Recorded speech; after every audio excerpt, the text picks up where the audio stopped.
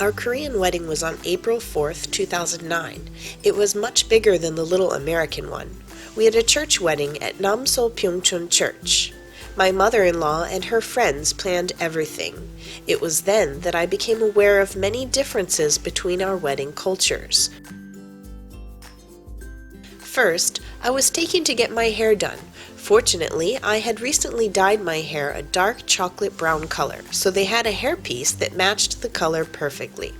The woman cut more bangs and then used the artificial hairpiece so that my hair would look fuller.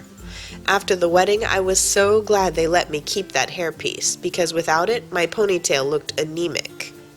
My Korean friend Min-hee did my makeup, and I was dressed in my sister's wedding dress, which she let me borrow for the occasion.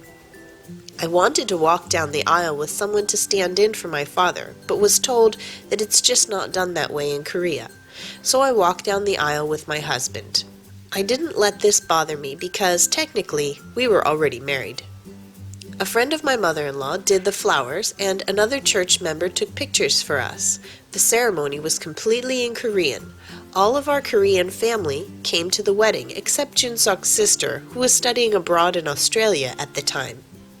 It seemed like every single member of the church was also present at the wedding, along with several of my co-workers and a handful of middle school students that I taught, and even some of the students and teachers from the refugee school where I volunteered. Honestly, I wouldn't be surprised if we were breaking fire codes with so many people in that small space. Afterwards, I found out that several of the guests had to wait in the hallway during the ceremony because there wasn't enough room for them in the church sanctuary. After the wedding ceremony, we did a traditional Korean payback ceremony.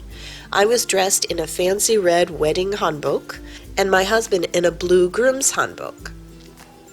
A woman from the church walked me through all the things I had to do. She gave me a long white cloth to hang over my hands. My in-laws all sat behind the table of food, and we did a traditional Korean bow for them, then sat and listened to their advice. Junseok and I held the white cloth between us while the family threw chestnuts and dried dates for us to catch in the cloth. I was told that they represent our future children, and we had to eat them all that evening when we got home. The family poured tea for us, and we drank from the same cup. Then we repeated this ceremony with my pastor and his wife sitting in the place of my family. At the end of the ceremony, Junseok carried me on his back. For the last part of the wedding, we changed into bright pastel-colored hanboks. We made a toast with orange juice in little plastic wine glasses, and Junseok blew out the candle on the cake.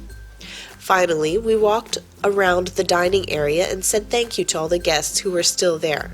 They all said the food was delicious, but Junseok and I never got to taste it.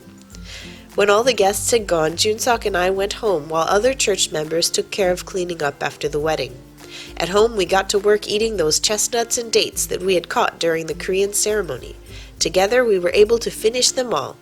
The superstition is that if you don't eat them that day, you won't have any children. We ate every last one, but we're still waiting on those children.